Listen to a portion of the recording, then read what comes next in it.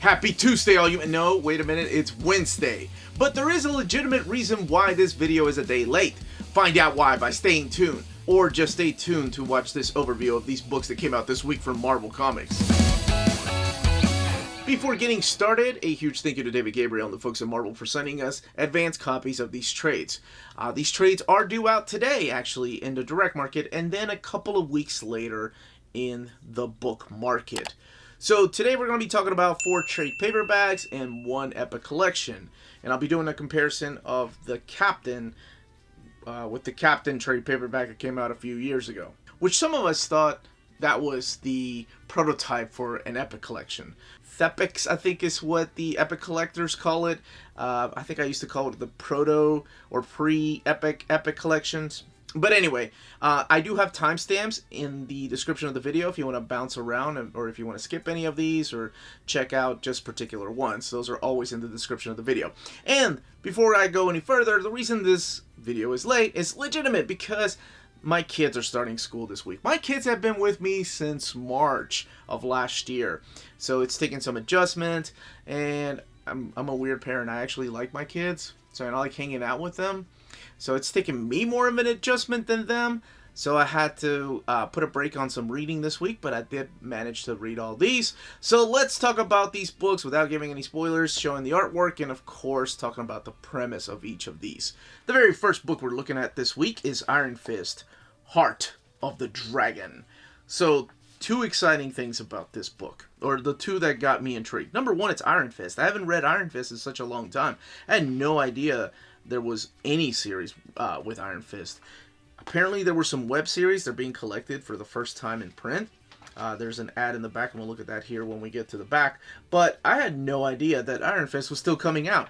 Number 2, and probably the biggest thing I got excited about, is this gentleman's name right there. Larry Hama of G.I. Joe, the original American hero comic book by Marvel Comics fame. Or, of course, my favorite writer on Wolverine. So I was very excited to see his name here. Dave Watcher, however, I'm going to be watching him. I know that's, oh my god, I'm saying more and more dad jokes during these overviews. But anyway, I'm serious. I really liked his artwork.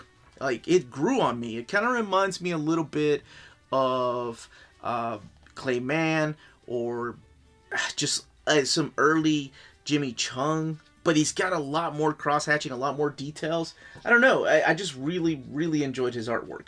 So the premise of this particular storyline showcases Randy. He's back at home with his... Here, let me show you in case you haven't been caught up with Iron Fist in a long time.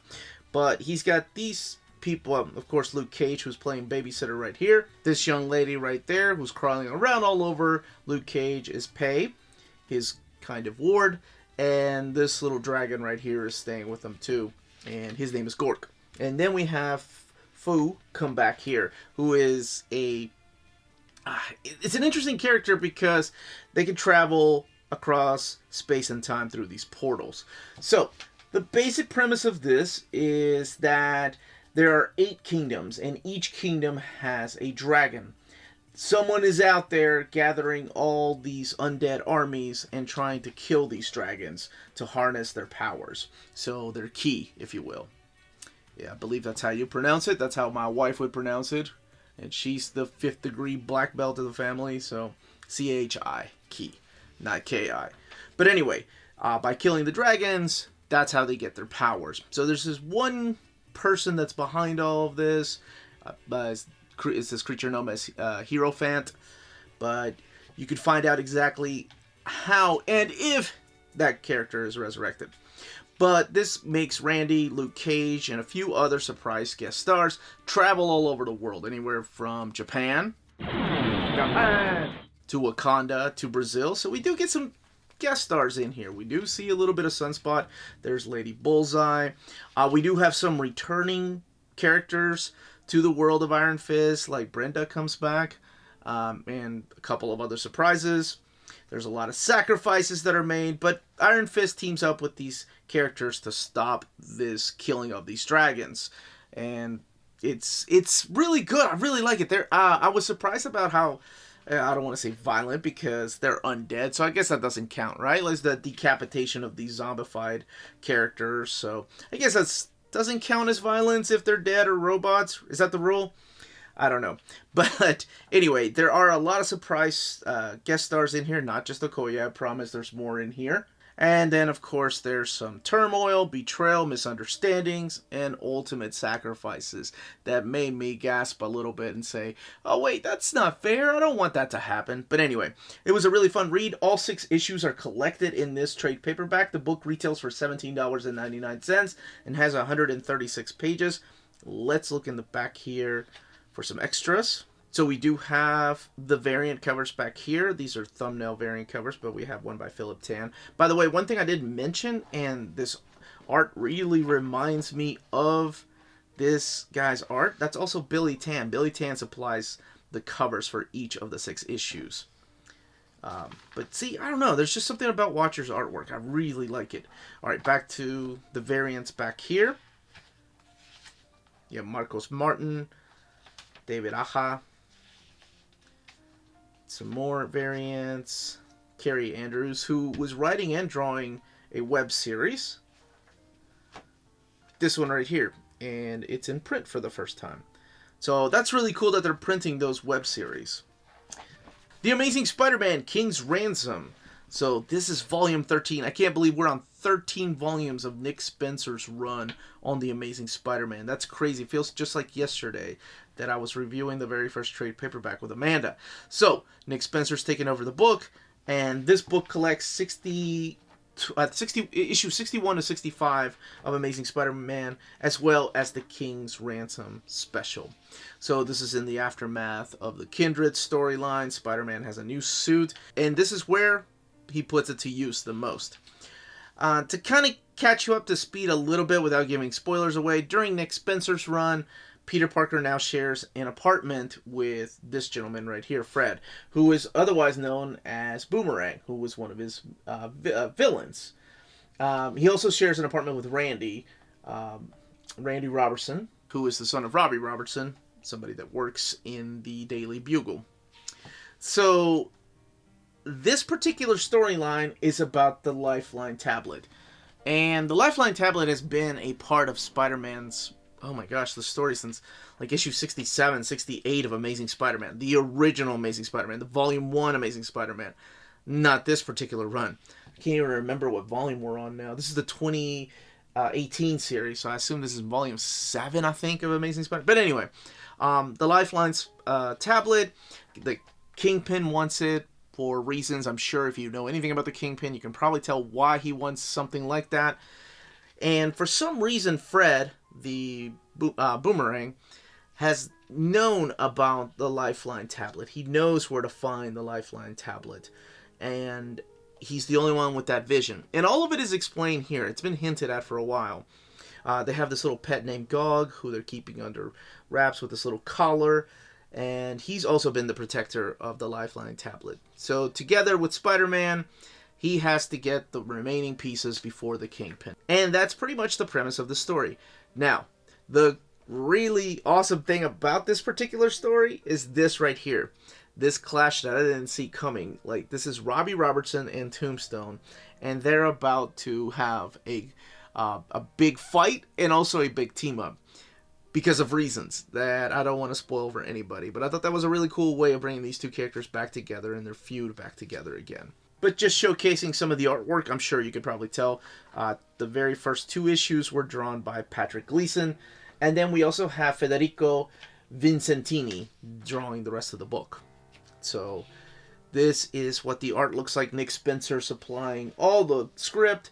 The book retails for $17.99 and has 168 pages. And really like the suit in action. I know people, it's a temporary thing, right? Spider-Man will always go back to his original outfit.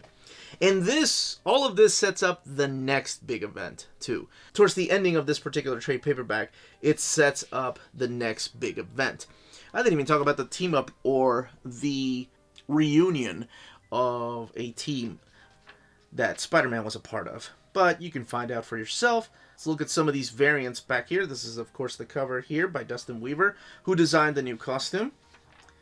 You have this Michael Cho piece of art right there, the two-tone variant. You have the Man-Thing variant, who's got a Venom symbol. And then this is the design variant by Dustin Weaver. You have the Heroes Reborn variant and the Hero... Oh, both of these are Heroes Reborn variants. Cool. Dr. Aphra, The Engine Job. So this is volume 2 of Dr. Aphra of the new series. So this is not collected in the omnibus, and this takes place after all of those events that are in the omnibus. Honestly, I thought this was going to be the cover, or that was the cover that was solicited, but they switched it up to this one of Aphra and Sana. So it is, yeah, not to spoil much, but we do have the return of this character right here. Just when I was missing a lot of the old characters from the original run. I don't know, the new characters haven't really grown on me. I don't know, it's just something missing. Maybe I just grew fond of the old characters. But we do get a small little cameo of one of the old characters coming back in this, and it's not Sana. So the premise of this particular story, without going too much into detail, is Dr. Aphra is in search of this artifact for Lady Domina. Lady Domina, well, I don't want to say hires her against her will to go after this artifact that's forever going to change the war, or forever going to change the monetary value of things that Lady Domina is in charge of. So she teams up, or she wants to team up, with this lady right here. And of course, they have a history together. This is Sana. And Sana has been a character that has appeared in the pages of Star Wars, the comics, and of course Dr. Aphra. And like I mentioned, they do have a history, but if you've not read that, you can... This does a pretty good job of kind of catching you up to let you know what kind of history they had together. So this collects issues 6 through 10 of this particular series. Again, what would be known as Volume 2 of Dr. Aphra. By now, though, we do have different artists. Cresta is gone, and we have 3 different artists drawing this. You have Ray Anthony Height, Robert Gill, and Min-Kyu Jung. It's 3 people that take up one job. Man, but the art, honestly, it feels the same. All of it feels the same. And all of this is setting up the big crossover. The Bounty War saga that's coming out, that's crossing over into Star Wars and the new Darth Vader series, and of course this. And that will be in the next trade paperback. And I'm not sure if it's going to be collected in the next trade paperback, or if it's just going to leave out issues of Dr. Aphra and collect the Bounty War. But anyway, this is all setting that up. That is not a spoiler. She's just laying down. She's not hurt, I promise. Anyway, let's look in the back here for some extras. Alright, so we have some extras back here, some variant covers. And it's called War of the Bounty Hunters, not the Bounty War Saga. Close enough. The book, by the way, retails for $15.99 and has 120 pages. And this is what the variants look like. Again, the variants just showing the artwork. They don't have the logo or any font on them. And then, of course, the rest of the Star Wars saga and where you can pick it up. And if you want to pick up Dr. Aphra, these are the trade paperbacks that are available. Alright, it's that time of the episode where I show off the spines. So, smash that like button, ring that bell for notifications, and subscribe if you haven't subscribed yet. Let's continue with the video. Next up, we're looking at the X-Men by Jonathan Hickman, Volume 3. This trade paperback collects issues 16 through 20. I always like to point out exactly what these Dawn of X trades collect, because usually the solicitations are off. As a matter of fact, I think they are off on this one, because I've seen places say that this collects issues 15 through 19. And I guess we're not in the Dawn of X era anymore. We're in the Reign of X era. So 2 of these issues have already been collected in the Reign of X anthology series, if you've been getting them that way, or if you're just getting X-Men, then this is what you'll be getting, issues 16 through 20. So $15.99 is the retail price, has 140 pages. You have art in here by the phenomenal Phil Noto, and then you also have in here by Brett Booth. And love his artwork. I talked about his stuff in the Reign of X Volume 3, I believe, or Volume 2. But one of the biggest highlights, though, outside of these 2 gentlemen drawing these issues, man, I love the fact that they go back to these old X-Factor issues, and there's this huge team-up with the Shi'ar Empire and the Imperial Guard. But these issues right here, starting with issue 18, These are drawn by Mahmoud Asrar, and the covers are done by Lionel Francis Yu. But these, for me, were the highlight. You have the team up of Sync, Laura, who's going by Wolverine, I think again, and Darwin. And their mission is to go, oh yes, is to go and take out something from the Children's Vault here. So the Children of the Vault are back. And I've always said that Jonathan Hickman has loved Mike Carey's run on X-Men. And I've always wanted a Mike Carey's run omnibus of X-Men Legacy and X-Men. I think his run is very underrated, right up there with Kieran Gillen. And damn, I don't know. I wish these characters would be in a monthly series because they're just so fun to read about. But anyway, some of these characters from the Children of the Vault are back, and of course, this has a big impact on the lives of Laura and Sync and Darwin. And it's a really cool storyline, but like Hickman, he throws in a little nugget there to confuse people. But I really enjoyed it. I love the artwork by Asrar, and I think it's only a two-parter storyline. But then we get the final issue here, which is the Nimrod issue, and this one here has Mystique just shine, and this leads into what could possibly be the end of Jonathan Hickman's run, how he's tying everything in with or back to House and Powers of X. So I thought this was a really cool way of ending this particular issue, but not going to give away what happens. Let's look in the back here for some extras. So all the covers are back here, and no logos on them. I believe the term is virgin covers. Such a ridiculous term, but hey, whatever. Peach Momoko's variant. This was the cover to the portfolio of Peach Momoko that came out a couple months ago. I love this cover here. This is by Mike Del Mundo. Just showing what Mystique can do with her different powers. Last but certainly not least is Captain America, the Captain. The Epic Collection, volume number 14. And this, again, as I was talking about earlier, had been previously printed in this particular format, in the big, thick trade paperback that Marvel released. Look at that. So this is the size comparison here, how wide the Captain is, and then the back. This one retailing for $44.99, and the original printing that came out, I think, in 2011 maybe. Maybe it was earlier than that. So over 10 years ago, this one was $39.99. But, I mean, obviously the epics here, let's look at it, are a little bit different. You know, the format of it is different. The design of everything in here is different. So this collects issues 333 to 350 of Captain America. And then you also have the Iron Man 228 issue, which is part of the Armor Wars. Mark Gruenwald just kicking all kinds of ass. This is probably regarded as one of the best Mark Gruenwald stories of Captain America. It's one of my favorite ones. It's up there with Scourge. This is top 3 favorite Captain America story. So we were introduced earlier to this character named John Walker, who goes by the name of Super Patriot. Him and Captain America have had at odds, and the issue right here, this cover, by the way, this was really fun when I was a kid trying to figure out who some of these characters were. It wasn't until later that I found out some of them were, of course, I knew that was Stan Lee, but I didn't know some of these characters and faces were editors at the time. I think they tell you later on. Maybe it was in an issue of Marvel Age. I can't remember. But I remember sitting as a kid going, oh, that's Hank McCoy. That's the Thing, of course. Dr. Octopus. But there's no way in hell they're going to make Dr. Octopus in Captain America, right? I mean, that's like saying Dr. Octopus is going to become Spider-Man. Ridiculous. The hell did 11-year-old Omar know? Anyway, back to this. So we had been introduced to the character of the Super Patriot, and him and Captain America had been at odds. Captain America decides, once again, this isn't the first time this has happened, to just walk away from the U.S. government, to give up being Captain America.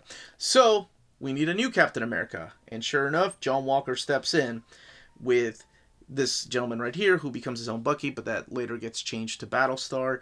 But this is now the new Captain America, John Walker. And you can see the breakdown and the mental anguish that he goes through. He's a lot different than Steve Rogers. Meanwhile, Steve Rogers is just walking around trying to find himself on this planet. Not physically, of course, but mentally, trying to find what he wants to do with the world. And he's joined by, and he's growing a beard. Huh? Does that look familiar? Maybe from like Infinity War? All these stories, man, they're just borrowed from these classic books. But he's teamed up with Nomad. He's teamed up with the Falcon and Demolition Man, D-Man, all his old sidekicks. He's going cross country, across America, and then he ends up donning a new costume. And that's where the name comes from. Oh, he takes on the Serpent Society. I love it. This even plays a part in the Fall of the Mutants crossover. But Captain America ends up shaving the beard and donning a new costume. And he just goes by the name The Captain, this guy right here. So he now wears a red, white, and black outfit, and he's going around just known as the Captain. This is the issue right here with Fall of the Mutants, the tie-in. So he even gets to fight one of the Horsemen of Apocalypse. He gets to fight his friend Iron Man here during the Armor Wars storyline that crosses over into the Captain America Serpent Society. And then eventually he does get to take on the Captain America that is John Walker. Oh, I forgot, Diamondback plays a big role in this. This is when she begins to switch. The character goes from bad to just misunderstood to maybe a potential love interest, potential sidekick. But all that happens through these pages. And it's awesome. I really enjoyed this because it shows Steve Rogers, just think like anybody else, question his government. And again, that has happened in the past, but I like the way that Grunwald handled that and just the breakdown of patriotism and what it means. So there's this huge fight again between John Walker and Captain America for who will become Captain America. So long before Ed Brubaker replaced Captain America during the death of Captain America, there was this particular storyline. Freaking awesome. This book is huge, by the way. This book has 504 pages. There's a little story in the back here by John Byrne that kind of ties in a lot of things together. It's the return of a villain, of course. But the main artwork here is done by Kieron Dwyer and Tom Morgan. Tom Morgan doing most of the book.